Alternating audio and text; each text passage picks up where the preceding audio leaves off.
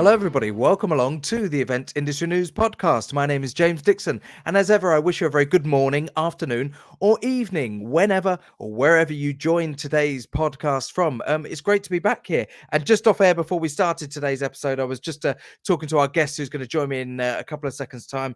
I was fumbling my way through buttons because once again, it seems to be several weeks, almost months since I last recorded. It might not feel like that with the episodes that we're putting out every week, but obviously a lot of them are pre-recorded in advance, and it is great. You may hear the excitement in my voice because I get sort of genuinely excited when I see a podcast day in the diary after a period of time away from it, and it's nice to be back behind the microphone and welcome along everybody. And on today's podcast, we're going to be talking about brand experiences.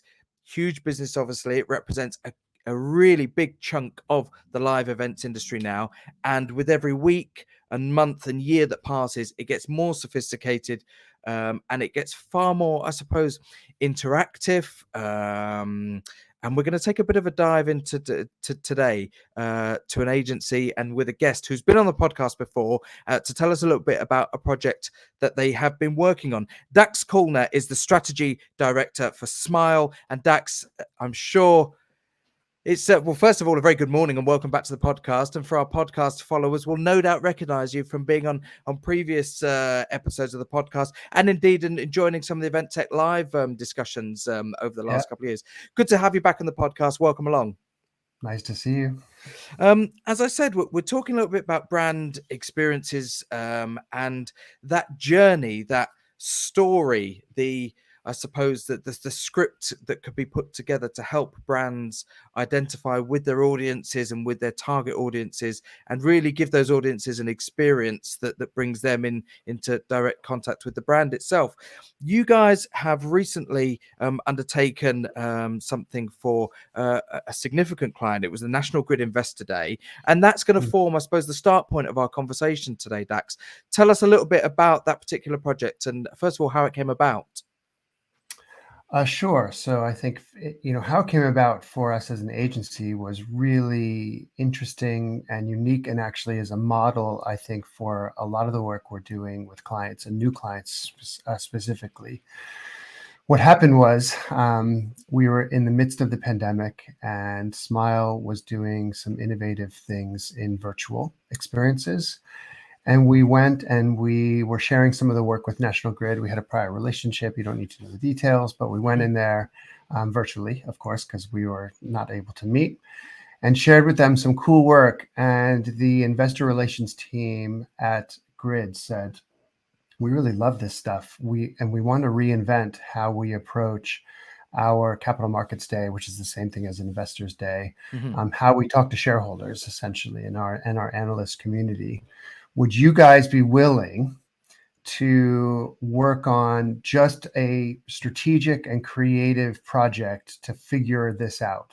Meaning no promise that we're going to do anything you propose or that we'll even work with Smyle on the project, but we will pay you not a lot, but enough to get some strategic expertise and creative ideation from you.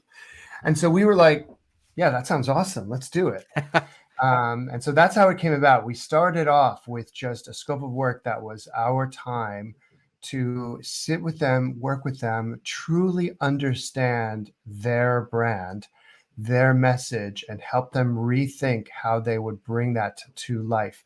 By the way, coming out of the pandemic for a hybrid event experience, the first I think that they had ever done, and one of the first that Smyle had done in true hybrid fashion. We've streamed content out of physical events in the past, like everybody has, but to do something that felt truly unique and hybrid in how we bring virtual and physical audiences together for a live experience, this was a unique opportunity to think that out. So what did we do? Well, I will say that because it was the investor relations team at National Grid, they have a corporate function, and that gave us amazing access to stakeholders in their business. So when we think about brand experience, you have to think first, what is a brand? Like, what is the brand? What are they all about? Where are they going? What's the future of the brand? And when we heard or when we looked at National Grid, we thought, this doesn't seem that sexy or cool. But Yeah. the IR team is like, we want to break the mold. We want to do something different. So we're like, all right, we're all in. Let's do this. So we ended up talking to a range of stakeholders in and outside the business. We interviewed people in the company. We interviewed analysts and others to get a sense for what was going on at National Grid and in their world. And I will tell you, I am now a super fan. Like one of the things that we uncovered, I think, with National Grid is, well, a couple of things. One is there's a lack of clarity amongst their audiences around what type of organization they are, what they do, how they operate. There's a lot of complexity there. So one of the things we knew we had to do was simplify. How do we make this more digestible? Yes, there are shareholders who have been investing in National Grid for 30 years. They know because they've been around it. But if we're bringing energy and enthusiasm and new audiences to this, we have to explain it to them in a way that they understand. And I'm a total dummy when it comes to utilities. And I'm American, and National Grid is a UK-based, organization. I had no clue, but that was useful because I was asking the dumb questions. The dumb questions led me to simple. I've built this podcast on dumb questions, so you're talking to the right man. You get it. Yeah, I was going to say, you do ask a lot. Anyway, so we asked all these dumb questions and sought to simplify their message and their business. And the other thing that was uncovered for me was just how cool they are. Like, they are super cool. Why, you ask? Because well, I do. Yeah, absolutely. Why? How? Yeah, because they are literally taking on the issues and challenges of the climate crisis. And they are on the ground with initiatives that are taking on renewable energy sources, making things more efficient, optimizing our networks, where the things that we need as a society, they are doing. Where, unlike other companies that we'll talk about, oh, by 2050 we'll be carbon neutral. 2050 is a long time from now. They are working on this stuff right now. And so I want to come back to right now. So we talk about how we simplify their message. We're like, how do we show the world that National Grid is making the right decisions, and they're doing it right now, and they're doing it on the ground? And it led us to the underlying thematic element for that event, and it was doing right now. Doing the right things. So they're showing the shareholder community they're making the right decisions, they're investing in the right ways. And the fact that they're doing it right now was a key USP. This is not planning stage. They're not talking about a roadmap of what would happen in 10 years' time. Exactly. They are doing the work on the ground right now. And that led to a range that exploded what we could do in terms of ideas and how we bring content to life. Just that simple, key phrase simplified what they did and into a key message that informed all of the experiences from there. And I guess when you start speaking to an organization like National Grid, when you talk about we talk about live projects and in the events industry, and planning stage, we've got this next week I'm delivering this event, and then the week after I'm delivering that event, and the week after I bet when you talk to an organization like National Grid and you say, well, what projects are ongoing at the moment, I bet if they pulled up their system on any given day and any given week, there would be tens if not hundreds of individual projects, something happening in every part of the UK and US. So they also operate in 3 states on the East Coast of the US, which adds additional complexity to the story. Wow. And they just acquired a gas distributor network or an energy distributor network, Western Power Distribution. So there is so much going on. So one of the key things that we decided to do was tell the big story in as simple a way as we can. And then rather than be comprehensive and showing the huge array of projects that they are working on, we decided to pick a few. Let's pick some key stories, very compelling stories about projects they're working on right now. Let's rock star those stories and show that they're indicative of Mm. hundreds, if not thousands, of projects that National Grid is working on. So that was a storytelling device to get across the incredible work that they're doing without bothering to say, here's everything, because everything is overwhelming. And Yeah. we didn't want to overwhelm the audience. Absolutely. I happen to know of one of their projects at the moment, which is local to me in where I'm based in Yorkshire, and it's a Oh, project that involves taking a significant stretch of the traditional pylons that sit above ground in part of the Peak District and actually taking that cabling and that network and that infrastructure below ground effectively to bring back the natural landscape that was there to yeah. remove these pylons. And I know that in addition to a lot of the work that they're trying to do from an energy efficiency point of view, there's a lot of work that's going on as well from a landscaping point of view to try and return some of the natural landscapes that were, I suppose, tainted, if that's the right word, with the pylons, the necessary evil of the metal pylon decades ago, and with the Yeah. technology available to them now from an engineering point of view, can actually return some of these natural landscapes. So I'm just curious, because that's one that I know of. If that Yeah. cropped up at all in some of the messages you were conveying for them.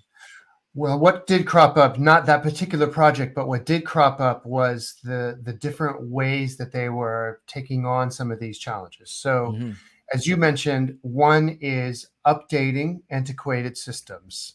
And I think they have to do that. There's an investment that's required to update things that may be 50 or 60 years old that are no longer efficient, no longer, operating in the way that they should, and making them much, much more efficient so that they can be what the next energy systems are. They are looking at transforming old ways of doing energy into new ways. So, as an example, I don't have all the details because I'm not an engineer at National Grid, but we power our homes, most of us, using gas energy. Mm. That is a fossil fuel that is not sustainable, and they know that, and the world knows that. So they're looking to a transition to hydrogen energy, but it's going to use the same infrastructure that we have for gas, but deliver a much more sustainable fuel to power our heat and our stovetops, etc. Sure. Yeah. So they're Yeah. looking at that.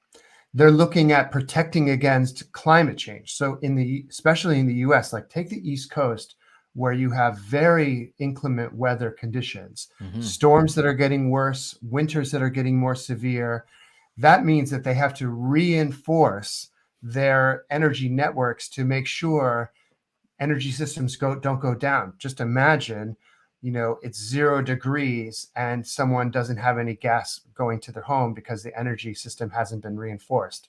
So they're doing that. I mean, it's like, and they're looking at offshore energy and how they use that and how energy is stored effectively for long-term use. Like God, there's so much cool stuff, man. I'm totally turned on by it, as you can tell. Like, I am a passionate advocate now for a business that I knew nothing about a year ago. And this is why, I suppose, why brand experiences and brand experience agencies like yourselves Yeah. play such a significant and important role with major organizations, and not even major organizations. We shouldn't just pigeonhole it for Anybody.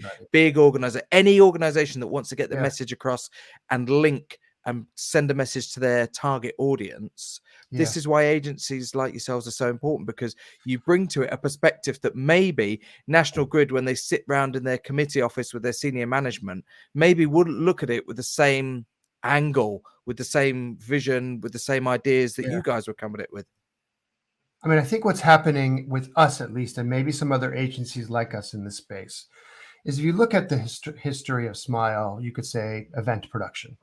Fine. And that was the business for many years. But what does that mean? It means producing what someone tells you to produce, essentially. Yeah. So client will say, we want to do this, et cetera, X and Y and Z, and like help us produce it. And we would do it and do a great job of it. We might bring some creativity to it to make it look really cool, all that stuff. What has changed? We are now being asked to help the event shape the message of the brand, help the event deliver what the brand actually stands for. And so we become much more strategic and consultative in our conversation with clients, because the event becomes a place that they announce or reveal the brand, or they update the brand experience for their audiences. Where I think in the past there was a lot of, in terms of brand agency, thinking about like a 30-second TV spot, and that was a way to kind of unveil a new brand position. Like think about like Apple in the Olympics ad that they released, and that reinvented what the brand was about, or some Nike ads that have reinvented. Just Do It was a television Yeah. campaign. Joga Bonita campaign 1998 for the World Cup with the Ex- Brazil football team. exactly right. So what's happened now is the events have become that pinnacle moment rather than a huge broadcast TV spot. The pinnacle moment has become the event. And Mm. so we are now being asked to help shape those huge unveil moments and get the message right. And then what happens afterwards is they take it further. So National Grid, for example, has used our messaging that we worked on with them, our content that we work on with them for the Investor Day in all kinds of communications since then. Sure, yeah. So I mean, we, those it was the assets are beginning. valuable. I would guess that some of the assets that you Yeah, generated for that day will no doubt be yeah, usable on an ongoing basis, whether it's through their yeah. socials, their internal comms, anything. And I'm working on the next National Grid event that's happening in New York in July right now. And I'm very excited because we have another very interesting thematic message that I think is critical, that I cannot reveal. I would love to talk about it, but Mm, it's not yet totally vetted and it yeah, hasn't come out yet. So, but the point being, it's like we did it for Investor Day, and now, 8 months later, we're looking at the next big event, and how does that message evolve into the next thing that they say to their audiences. sure. So I'm really excited about that. Something I really wanted to ask today, related to the scheduling of something like an investor day. It is called an investor day. It takes place on a single day, I would presume.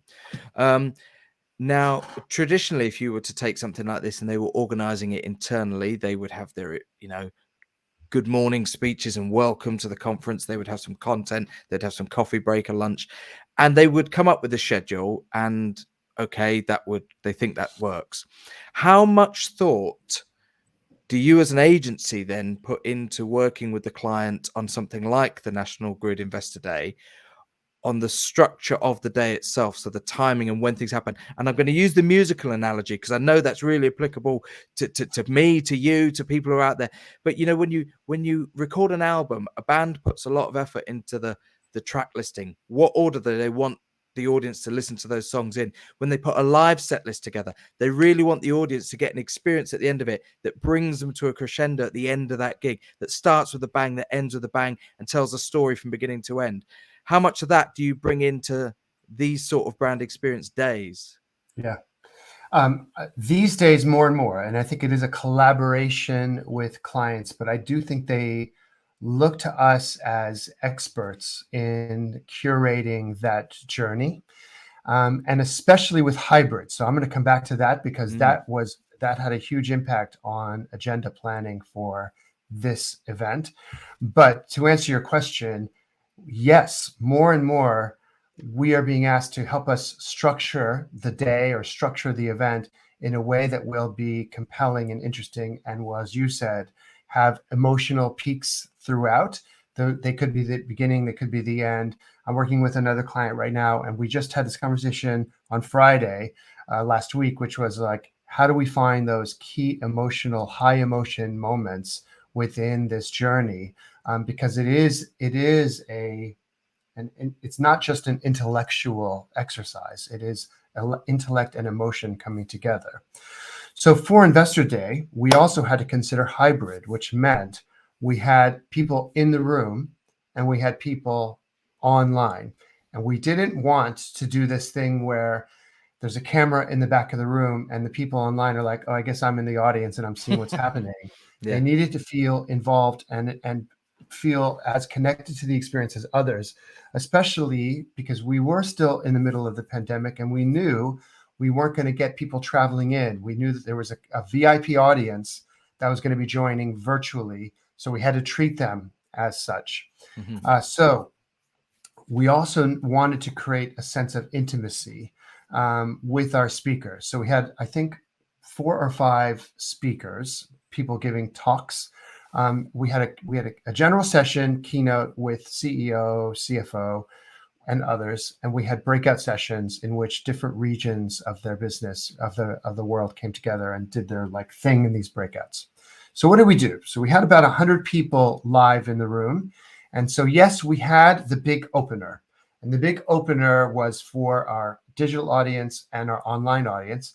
We had a really awesome video that in the room came to life across 3 screens. We also didn't want it to be a camera in the back for our digital audience, so we found a way to bring that video front and center for them online. So it's thinking about quality experiences for both audiences, even though those experiences are different. We then did question and answer, where we had live Q&A with people in the live audience and a curated digital Q&A of somebody taking questions and bringing them to life in the physical environment from virtual attendees. Now's where it gets even more interesting. We wanted to do breakouts that felt like you could have an intimate dialogue with the breakout speaker. So we took those 100 people in the room, we divided them up and said, we're going to put you into groups of, I don't know, 25 people, and you're going to rotate around these breakout sessions so that each of the breakout speakers had to repeat their talk to a different audience, but that audience would rotate around this environment. We created these cool breakout session rooms within. We were at the Excel London. Sure. Then we had our virtual audience, and what did we do for them? We took the audience out of the room, the live audience, and we put a camera crew in the room and rotated the camera crew around so that the breakout session for virtual was targeted only at people online. So it wasn't, I'm talking to a live audience and then I'm looking at you, or I'm mostly talking to a live audience and, oh yeah, people online are also watching. It was like straight to camera. I'm giving this presentation just as I'm looking at you right now. Like I'm looking right in your eyes right now, straight to camera. Down the barrel. Exactly, for that sense of intimacy. That meant we had to coach speakers so they understood, like, here's what it is when people are in the room, and here's how you're going to do this to camera. Lots of rehearsals, lots of practice. Even in that general session, like it was almost like a talk show host. The CEO had to talk to the people and deliver intimacy in the room, and then say to the people at home, I'm really glad you're joining. I'm so glad you're here. Please ask questions. I'm talking directly to you.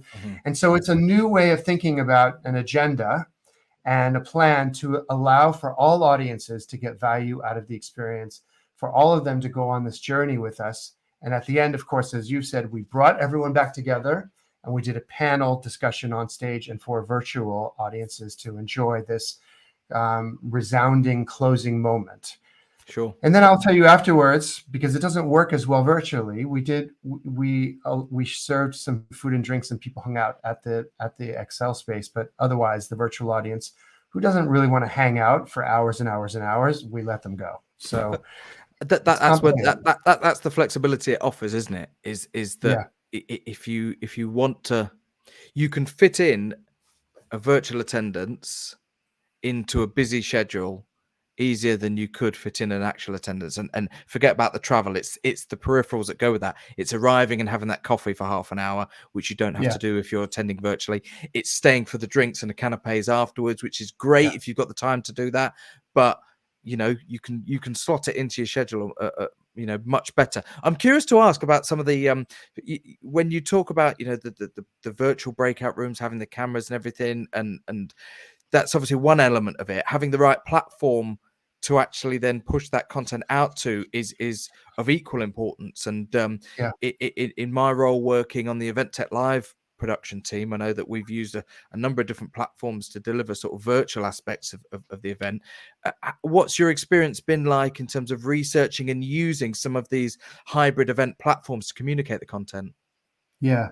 Well, I'm not sure I agree with the term hybrid event platform, because I don't think any of them have nailed it yet when it comes to hybrid. But that said, Smyle as an agency and as a creative partner, we made the decision to not bet on any one platform, to be technology agnostic, because that allows us all kinds of flexibility when it comes to, you come up with a creative idea and approach, and then you find the right technology solution Mhm. to match it. In the case of the National Grid experience, we used the Bizzabo platform, Sure. which is one of our favorites. It's Mhm. very flexible. It does a lot of what we want it to do. It delivers video very well.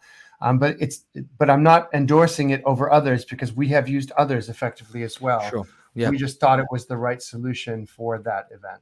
Does it, from an operational point of view with your own team, that's obviously a big commitment to make, to remain agnostic from a tech point of view, because that means you effectively, to do that to do that job correctly, you need to be familiar or commit to putting the time in to become familiar with the platform that may be right for that particular client. Yeah, there's a few things that you're talking about which are all truisms. I think first of all, we've built an innovation practice at Smyle, which we call D-Lab, and what D-Lab is continually looking at new tools and technologies. Mhm. And I'm part of the team. We are evaluating stuff on an ongoing basis. As you know, there's been an explosion in tools. We can't look at everything, but if we think something is viable or offers something different, or sometimes if the client's like, "Do you guys use this tool?" and we're like, "What is this thing?" We have to figure it out and spend some time with it. And so we do this vetting process so that when we have a creative idea, we've already done this analysis of the tools to ensure that they are credible and usable and do something interesting. Sure. However, we also have a thing where, like, take Bizzabo, for example. I am no expert in Bizzabo, but I know enough that I can have a conversation with you or with a client to talk about in general terms what the functionality of this tool is versus others. I'm a generalist. I am not a specialist. But we have at Smyle people who have done now hundreds of events on Bizzabo or hundreds of events on Pathable or Swapcard or some of these other tools. We have people who really get the details of the platform and know how to maximize and get the most out of it. Mm. And so you need both. I think any agency person, you need the generalist who kind of can have a superficial view, but enough knowledge to advise someone on, here are some of the tools you can use. But you need the specialist who can get that stuff done and knows how to make it work. That's good. It just, as a sort of a slight digression off that train of thought. Are there agencies out there, and you don't have to name them, but are there agencies out there who will just nail their colours to the mast and say, "Look, we just use that one platform. That's what we use." I don't know is the answer. Okay, I don't. okay. I don't know. There probably are. I mean, I think, yeah. I just don't know. If I knew, I don't have. I'm sorry, but I don't Because know. my instinct is very much that this is the way you guys are doing it, is the more difficult way, as we said, because you have to be familiar with a Totally. number of different platforms. But ultimately, that is Yeah. retaining your focus on providing the best service for what the client's objectives are, and finding the Yeah. best solution for them, which is ultimately what we've always done in the events industry, be it virtual, hybrid, or other. It's about Yeah. finding the right, if you've got to build a stage in a venue or in a field somewhere, you have to find the right one for that particular event and the client. You Well, don't just say, exactly right. You this is don't. our stage and this is what we will put up anywhere. That's right. You build an experience off of a creative idea, and then you find the right place to have that. If it's a live event, you're going to plan the experience and then select the venue. I hope, to some degree. Sometimes you are stuck with a venue, and you're like, okay, I've got to reskin this thing and make the most out of it. But I would much rather come up with the ideas and then find the location versus the other way around. Absolutely. Just finally, before we wrap up today's episode, Dax, something that I jotted down before we came on air and started this recording today about brand experiences, and uh, uh, rightly or wrongly, I have this sort of assumption when I see the term brand experience. I always think of big, huge Coca-Cola and Nike and Apple. They're doing brand interaction and they're doing live brand experience events. Does it necessarily have to be a major company, or does it have to be targeting thousands of people or hundreds of people? From a brand experience point of view, how small can it effectively become now when you're talking about organizing and working with a client to deliver a brand experience for them? It's an interesting question you ask, because in my point of view is that any activation or activity or event is a brand experience. So you have to, in my view, you have to consider what is our brand experience strategy no matter what we are doing. So even if it's a webinar or even if it's a small stand at within an exhibit hall, the expectation of the audience that you're interacting with is that you are representing the brand. That means your people, your message, your design, all of it has to be thoughtfully curated, meaning you have to understand, like, what are we delivering? Why are we delivering it? What does it mean to interact with this brand? And how can we do that effectively? So anytime I work on an experience or an event with a client, one of the key questions is, what do we want people to say about this brand as a result? That requires us to think about it like a brand experience, because any interaction that a human being has with a company or a representative of that company affects their perception of the brand of all sizes, even if it's a tweet, an email, everything.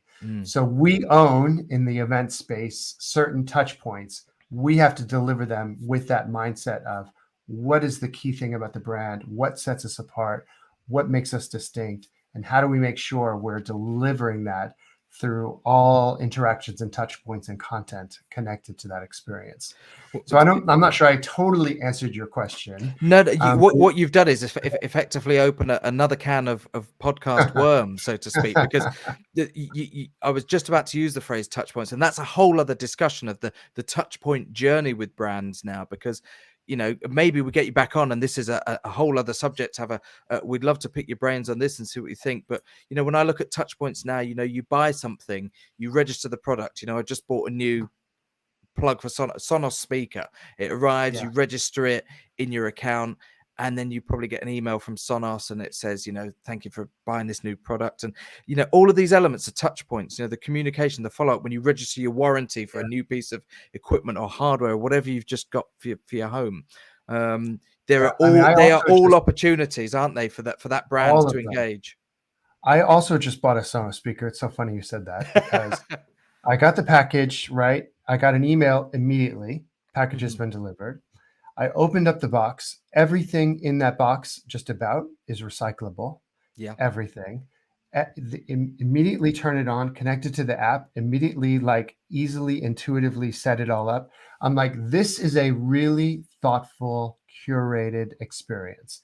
Nothing fell flat for me in the installation of that. And so it's exactly what you're saying, which is we have a responsibility to deliver on the customer expectation or prospect expectation or even employee expectation across everything that we do as marketers. One thing lets them down, they could be gone. People are fickle. We have to maintain all of them. So we can't, I'm thinking about an expo stand. If I could walk up to an expo stand and that person I'm talking to is like super slick, like terrible, don't want to talk to this person, I'm done, man. Like that one bad interaction has sullied my entire perception and relationship with the brand. Absolutely. So we have to keep it. We have to deliver at every single touch point. Well, you've reminded me there of, people are fickle, and suddenly I thought about I've just Googled the old Ferris Bueller quote, life moves pretty fast. If you don't stop and look around once in a while, you could miss it. And that's never more true now. What Ferris Bueller said in 1986 or 7, we are fickle people, and life does move fast. And if we're not satisfied, bang, we're on to the next thing quickly. People will get dropped. And this is a whole other discussion, Dax, for another podcast. We'll get you back on. We've been talking today to Dax Callner, the strategy director at Smyle, about this great project that they worked on with the National Grid for their National Grid Investor Day, a hybrid event. Dax, presumably, if people want to find out a bit more, is there anything on your website or anything like that people can see what you guys are up to? Oh, yeah. We have a case study for this particular project. There is a case study live on the website, including a video interview with the client talking about the project. So it's a really nice case study to check out. Our website is smyle.co.uk. Fantastic. And we've just popped that link up onto the screen for anybody watching this today. And smyle.co.uk, just for clarity, SMYLE. course. Yes. smyle.co.uk if you want to go and check out that case study on this particular project. Dax, great to catch up with you again. Thanks for And you. taking a bit of time out of the day to give us a bit of insight into that particular project, and stay in touch. Let's get you back on. Let's talk about some of these touch points. I think the touch point Happy to. journey from brand experiences and certainly from brand events is key, because you do interaction, you do stuff in, I'm going to use the cliche of the pop-up at Westfield, or the shopping center Yeah, somewhere. There are so many more opportunities now to continue those touch points and that customer journey beyond that initial live interaction, and I think that's a conversation worth having on another episode. So we look forward to sure. it, Dax. Thanks for joining us today, and we'll see you again soon. Thank you. And as I said, if you're watching today's episode, we've obviously put some links up onto the screen, and you can go and watch all of the episodes of the podcast in video format via eventindustrynews.com. That is, of course, if you are listening to us today via one of your audio streams, head over to eventindustrynews.com, check out the video versions, and check out some of the features, news, and supplements that are on the Event Industry News website whilst you are there. If you are already watching this and you would like to tune in and listen to some of our podcasts in their audio only format, just go to wherever you get your podcasts from, search for the Event Industry News podcast, and you'll be able to find us and listen to us whilst you're out and about or on your commute, now that the live events industry is very much back and buoyant again. That brings us to the end of today's episode. It's been a pleasure talking to our friend Dax Callner again from Smyle. We'll see you on the next edition of the Event Industry News podcast. Thanks very much, everybody, and goodbye.